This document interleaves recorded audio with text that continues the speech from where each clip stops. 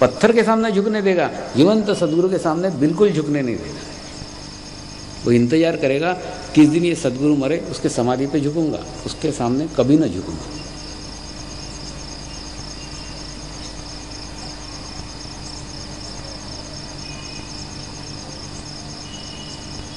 लेकिन उस अपने अहंकार के ऊपर अगर आप विजय प्राप्त कर लो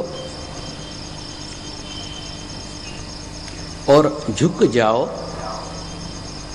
तो सारा कचरा साफ हो जाएगा, सारे दोष साफ हो जाएंगे, सारी बीमारियां साफ हो जाएंगी, सब स्वच्छ हो जाएगा, पवित्र हो जाएगा, एक नया जन्म होगा।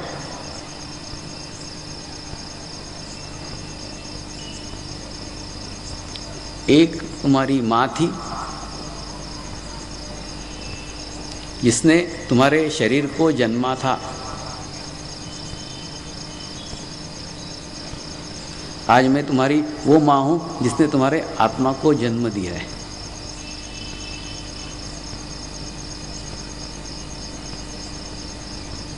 आज भी दूसरा जन्म हुआ है, लेकिन आत्मा का जन्म हुआ है, वो शरीर का जन्म था।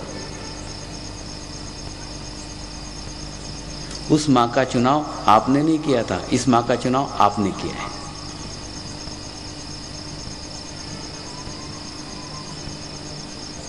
तो ऐसा अगर आप समर्पित हो सके तो आप एक शुद्ध व पवित्र व्यक्ति हो जाएंगे।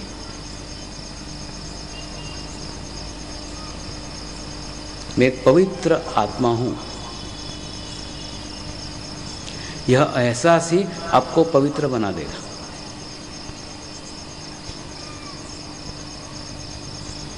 सिर्फ उस एहसास को मन में लाओ, धीरे धीरे आपकी बोतल झुकना चालू हो जाएगी। जाने अनजाने में झुकेगी, पता भी न चलेगा, और पता भी न चलेगा कब बोतल पूरी झुक गई और कब कचरा साफ हो गया।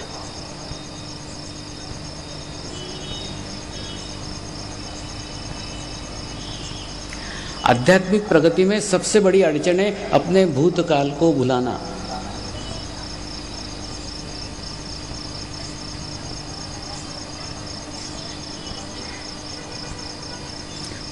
वो भुलाया नहीं जा सकता, समर्पित किया जा सकता है। उस भूतकाल को समर्पित कर दो।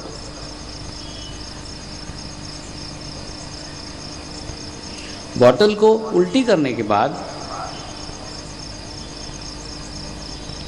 शुद्ध पवित्र हवा को कहना नहीं पड़ता कि भीतर आ जा, मैंने सब गंदगी बाहर निकाल दी है। पवित्र शुद्ध हवा स्वयं ही बोतल के भीतर आ जाती है।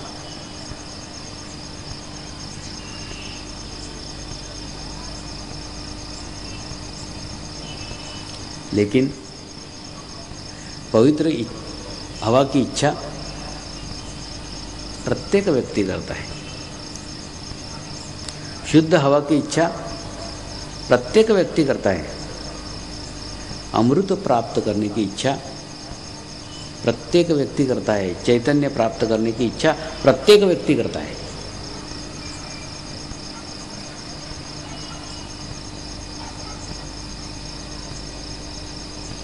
लेकिन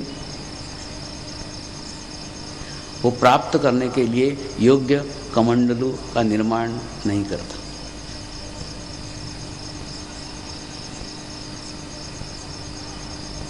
उसके योग्य अपने बोतल को नहीं बनाता। बोतल खाली करके ही ये सब कुछ संभव है।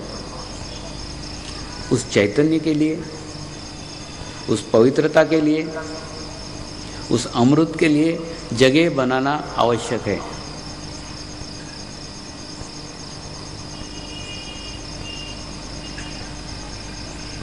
आप क्या करते हो, उस बोतल में पूरा गंदगी भरा पड़ा है और तीर्थ क्षेत्र पे जाते हो, वहाँ से थोड़ा सा अमृत, थोड़ा सा चैतन्य ग्रहण करके बोतल में डाल लेते हो। वो भी चैतन्य, वो भी अमृत गंदे पानी के बोतल में खराब हो जाता है।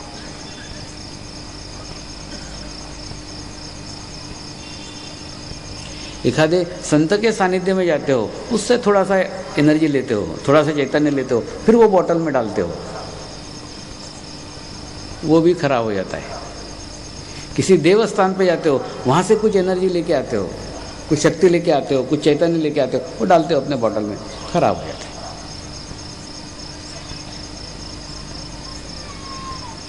ये ऐसा चैतन्य इकट्ठा करके कुछ फायदा होने वाला नहीं है।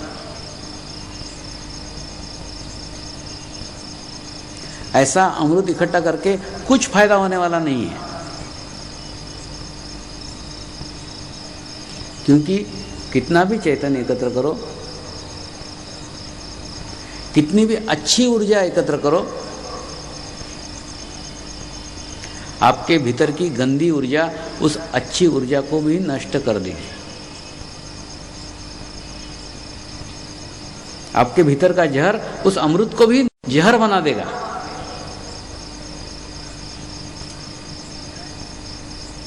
तो क्यों विश्व का अमृत बर्बाद करते फिरते रहते हो?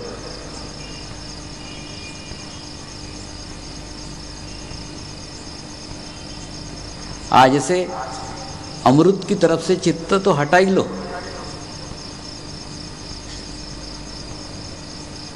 कहीं से अच्छी ऊर्जा लेने की कोशिश ही मत करो।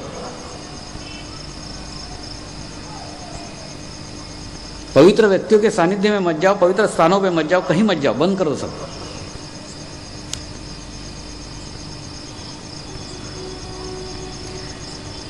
आज से अपने भीतर का जहर बाहर निकालने की कोशिश करो।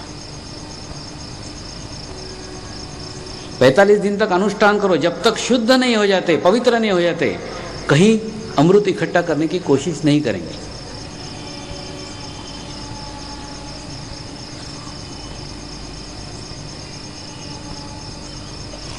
क्योंकि भीतर का जहर जब आपके अंदर है, भीतर की ऊर्जा जब आपका अंदर है, तब तक बाहर से लेके क्या करोगे?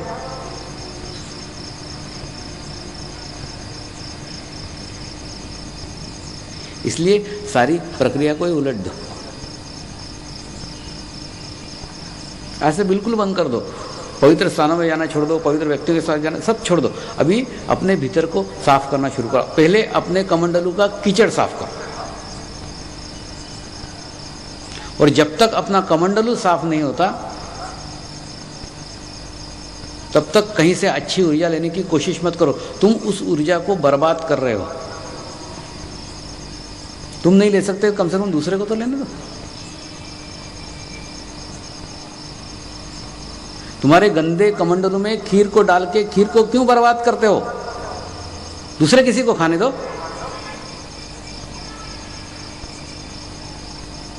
अरे किसी के काम तो खीर आएगी।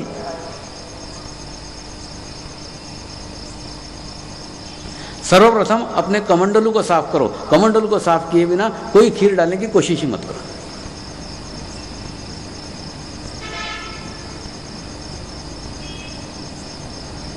इसलिए 45 दिन सतत प्रयास करो कि आपकी बोतल पूर्णतः खाली हो जाए। सतत प्रयास करो कि आप पूर्ण शुद्ध और पवित्र आत्मा बन जाए।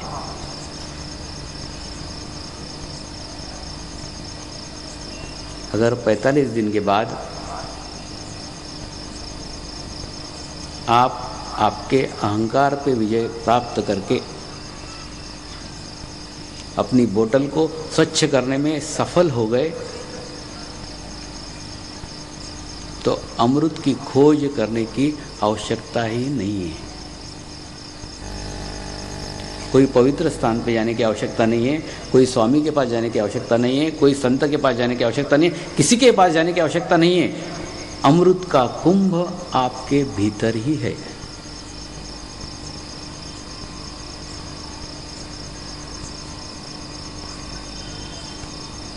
सिर्फ उसके ऊपर आपने दुनिया भर का कचरा डाल के रखा हुआ है।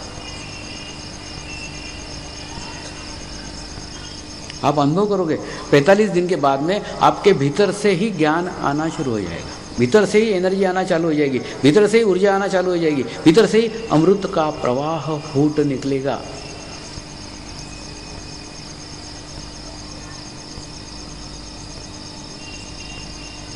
और फिर प्रवाह ऐसा फूट निकलेगा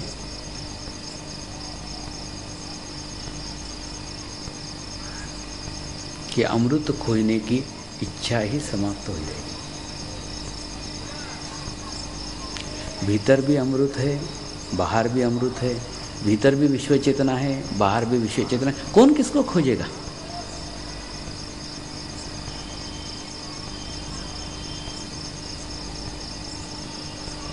फिर कहीं जाने की कोई आवश्यकता नहीं, कोई ढूंढने की आवश्यकता नहीं है, कुछ खोजने की आवश्यकता नहीं, सब आपके भीतर से मिल जाएगा।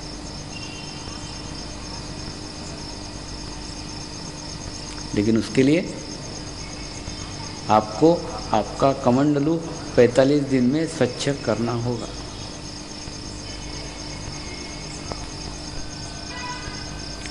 आगे के 45 दिन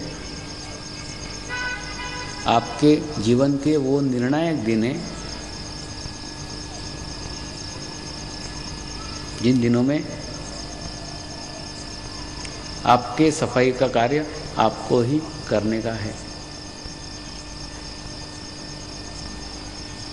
मैंने कल ही बताया, गुरु का कार्य सिर्फ इलेक्ट्रिशियंस का है, कनेक्शन करा देगा, बटन दबाना नहीं आएगा, वो तो आपको दबाना होगा।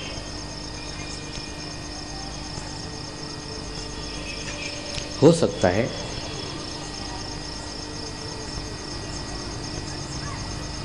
आज आपको कुछ समस्याएं हो,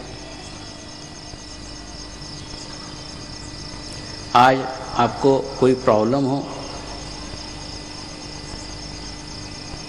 उन सब समस्याओं को, उन सब प्रॉब्लम को, उन सब बीमारियों को, उन सब तकलीफ़ों को एक कागज़ में लिख के आप छोड़ दो।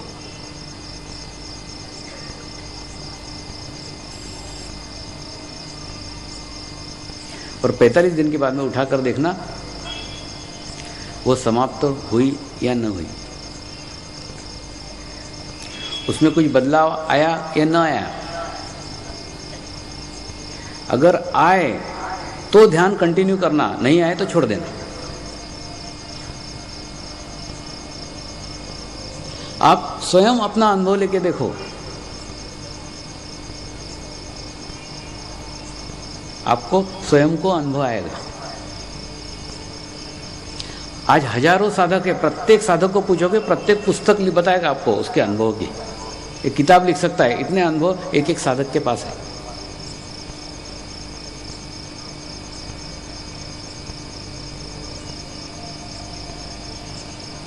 इसलिए आज आप बीज को गुरु बनाओ।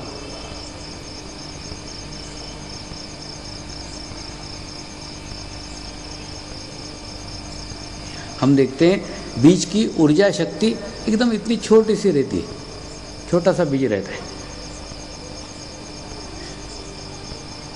उसकी ऊर्जा शक्ति भी छोटी सी रहती है। जब उसको जमीन में बोया जाता है तब उस छोटे से नन्हे से बीज के ऊपर बड़े बड़े पत्थर पड़े रहते हैं। वो अपनी ऊर्जा शक्ति को उन पत्थरों से लड़ने में, उन पत्थरों से झगड़ने में खर्च नहीं करता है। वो बीज अपनी सारी ऊर्जा को एकत्र करता है, संभालता है, संजोता है और अपना अस्तित्व नष्ट कर लेता है।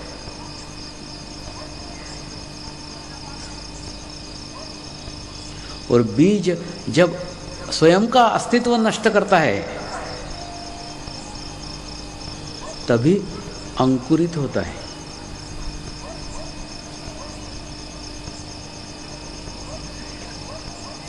और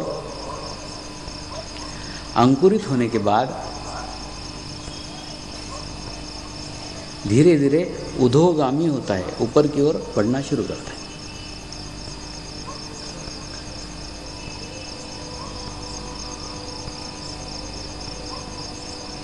रास्ते में बड़े बड़े पत्थर आते हैं, उन पत्थरों से लड़ता नहीं है, झगड़ता नहीं है, उनके पास से रास्ता निकालता है, पास से रास्ता बनाता है। खसक जाएगा, थोड़ा सा पास से रास्ता बनाएगा और धीरे धीरे धीरे धीरे ऊपर की ओर जाएगा।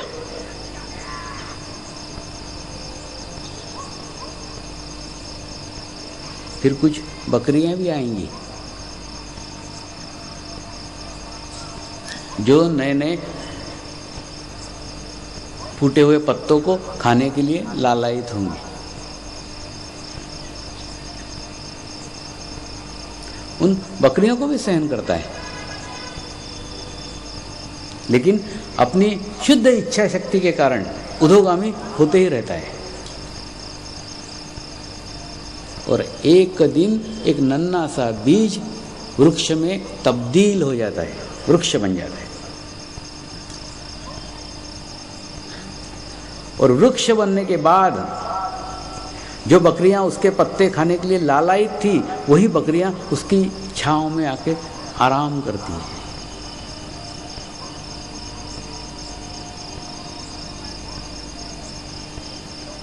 ठीक इसी प्रकार से जो गुरु शक्ति ने कल आपको एक छोटी सी ऊर्जा शक्ति दी हुई है,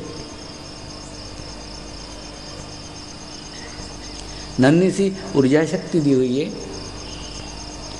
छोटे से बीज के समान शक्ति दी हुई है, उस शक्ति का उपयोग आप आपके आत्म उन्नति के लिए कीजिए। ये जो आपके आज बड़े बड़े पत्थर दिख रहे हैं ना,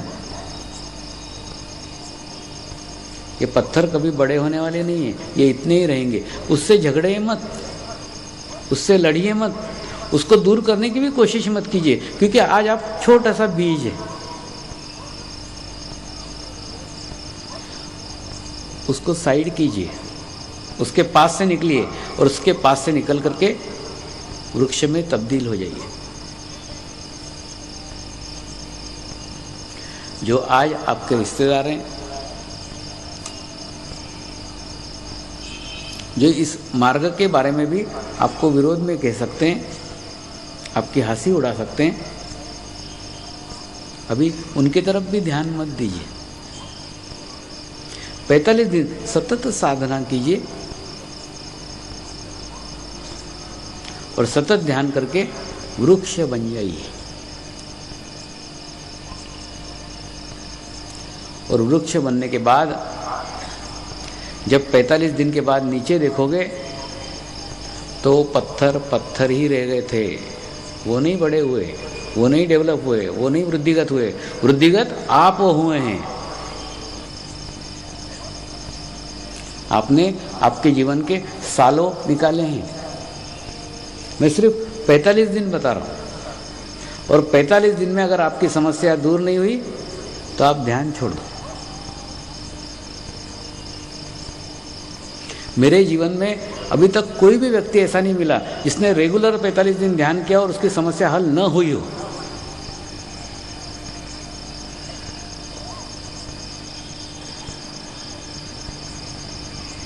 चमत्कार हो जाते हैं, आपको भी होंगे। लेकिन कई साधक आके जब अपनी अपनी अनुभूतियां बताते हैं तो उनको कहता हूं मैं चमत्कार नहीं करता, मैं चमत्कार में विश्वास करता हूं। सामूहिक शक्ति और आपका समर्पण दोनों के कारण चमत्कार घटित होता है।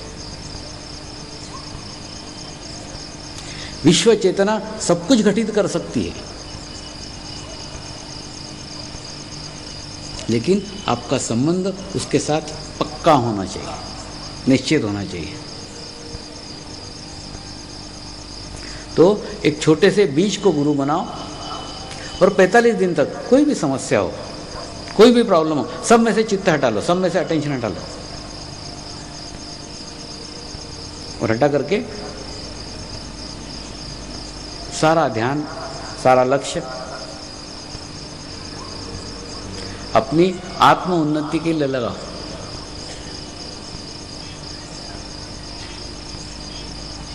एक बार आप आपके आत्मा के गुरु हो जाएं तो सब कुछ ज्ञान आपको आपके भीतर से ही मिलना प्रारंभ हो जाएगा। ये सब कुछ प्रयत्न, सब कुछ प्रयास सिर्फ आपको आपका गुरु बनाने के लिए ही है। एक बार आप आपके गुरु बन जाओ, सारी मुश्किलें हल हो जाएगी। आप खुद आपके अनुभव बताओगे, जो रिश्तेदार आपको पसंद भी नहीं करते थे वो भी आपके पास आके बैठने लग गए। वो आपके पास आके क्यों बैठते हैं उनको भी नहीं पता चलेगा।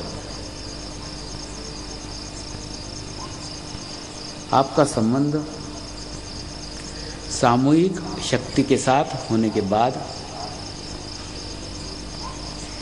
आपका एक आभा मंडल निर्माण हो जाएगा, और आभा मंडल शांत होगा, प्रसन्न होगा, शुद्ध होगा। शांत होने के कारण उसमें कोई भी व्यक्ति आके बैठेगा उसे अच्छा लगेगा। उसको स्वयं को भी पता नहीं चलेगा कि मैं आपके पास आके क्यों बार बार बैठ रहा हूं।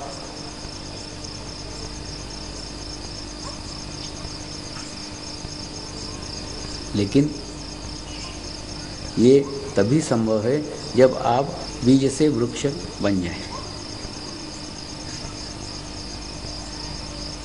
आप सभी लोग 45 दिन ध्यान करके अपने कमंडलू को पूर्णतः स्वच्छ कर लेंगे और बीज से वृक्ष बन जाएंगे। यही शुद्ध इच्छा मैं आपके लिए कर रहा हूँ।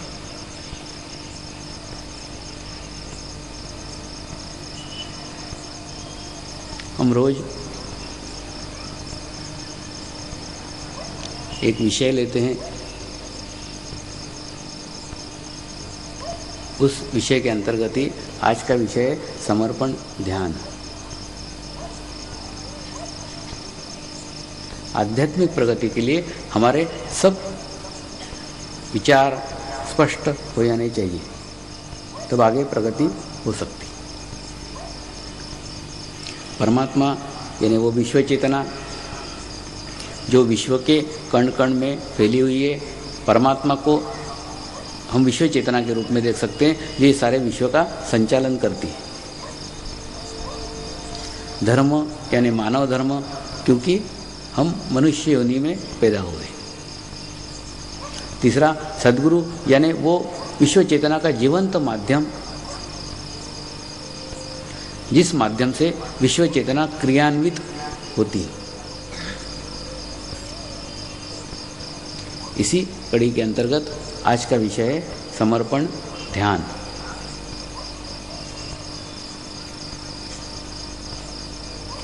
साधारणतः कोई भी व्यक्ति पूजा पाठ करता है,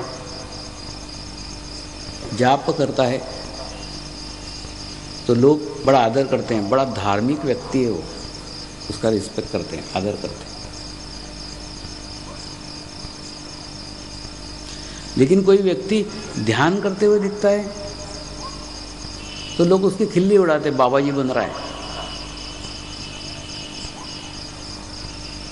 जंगल में जाएगा, साधु बनेगा। ध्यान के बारे में अपनी बड़ी विचित्र विचारधारा है।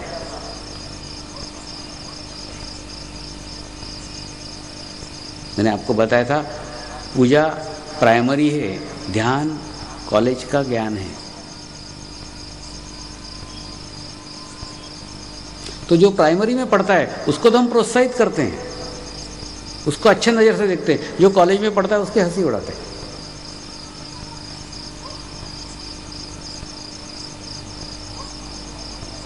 क्या कारण है?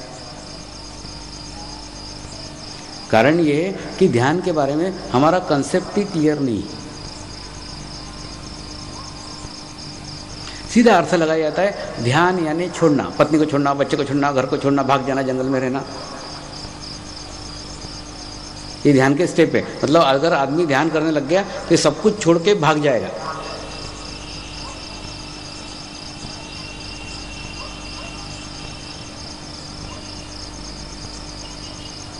वास्तव में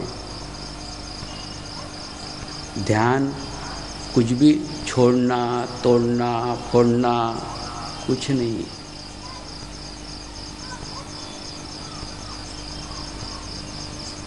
जोड़ना है। ध्यान यानी परमात्मा के शक्ति को हमारे जीवन में जोड़ना।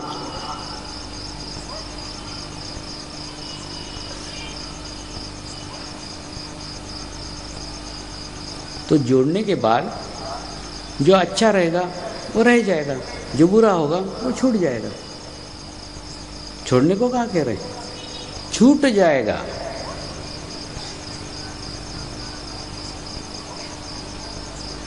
तो पहली बात समझ लीजिए, ध्यान यानी कुछ भी छोड़ना नहीं है।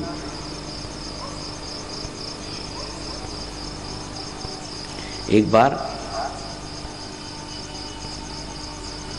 एक नशा मुक्ति केंद्र में मेरा कार्यक्रम रखा गया।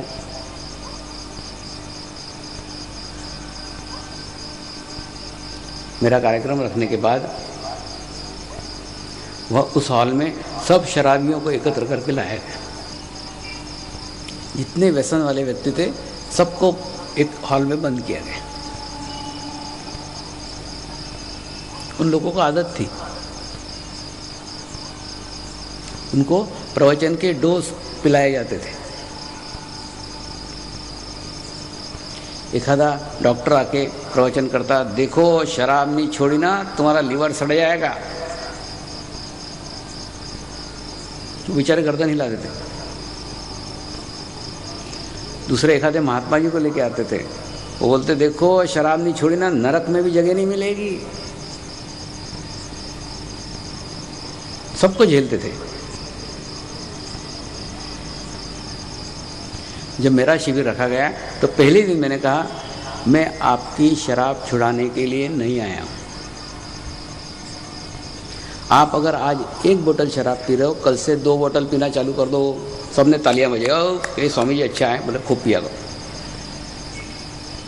सब दारूडे लोगों ने शराब का बहुत खुशी से मेरा स्वागत किया। हा क्या स्वामी आया, बोलता डबल पिया करो। वो आयोजक दौड़े आए एकदम स्टेज पे, स्वामी जी क्या कह रहे हो, काय के लिए बुलाया था आपको, ये क्या बात कर रहे हो। मैंने कहा मैं पूरी बात कहाँ कह दी, शुरुआत की, पहले उनको खुश तो कर दूं। तो खुश हो गए सब। तो मैंने उनको कहा मैं आपकी शराब छुड़ाने के लिए नहीं आया। तो उनका चित्त शराब में से निकल के मेरे ऊपर आ गया। अगर मैं बोलता शराब नहीं छोड़ी तो नरक में जगह नहीं मिली, उनका चित्त शराब में जाता है। डॉक्टर बोलते थे शराब नहीं छोड़ी तो तुम्हारा लीवर सड़ जाएगा, उनका चित्त शराब में जाता था। मैंने उनको शराब से तृप्त कर दिया। कल्पना से 1 बोतल की जगह 2 बोतल पिला दी, खुश हो गए, सब प्रसन्न हो गए, चित्त निकल गया शराब में से।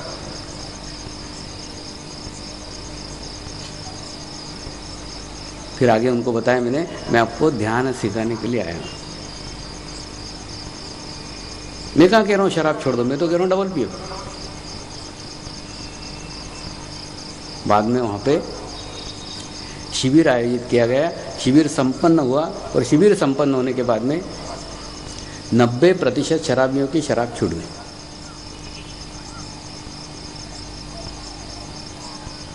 क्योंकि मुझे पूर्ण विश्वास था जब मैं शराब नहीं पीता तो ये पी नहीं पाएगा।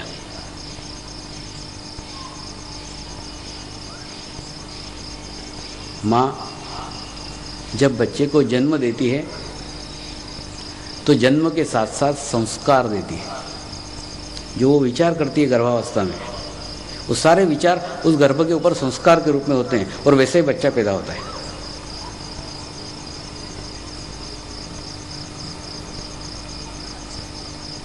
बच्चे का निर्माण गर्भावस्था में ही पूर्णतः होता है। बचे हुए संस्कार को अपने स्तनपान के साथ में देते रहते हैं।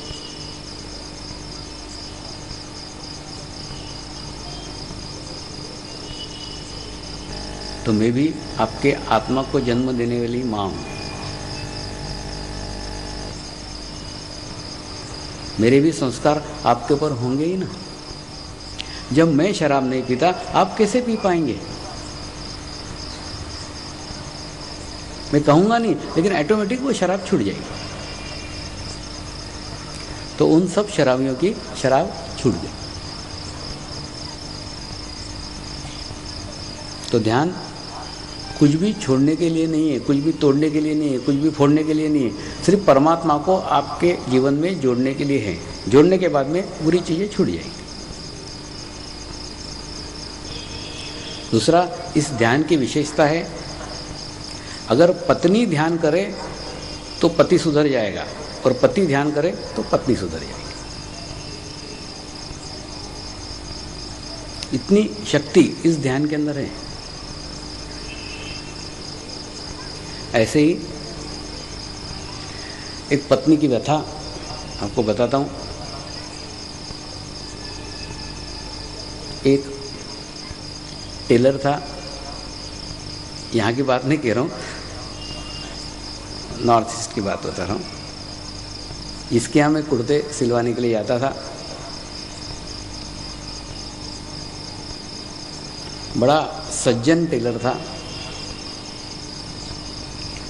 उस सज्जन टेलर का क्या सर्टिफिकेट दूं, उस समय पे कपड़े दे देता था। इससे बड़ी सज्जनता टेलर की कुछ हो ही नहीं सकती।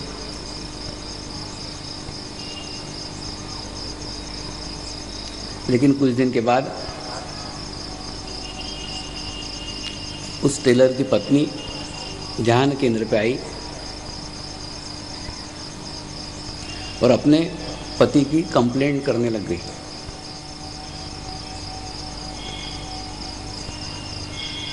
मैं थोड़ी देर तक सुनता रहा। थोड़ी देर बाद मैंने कहा, तू इतनी बातें कह रही है,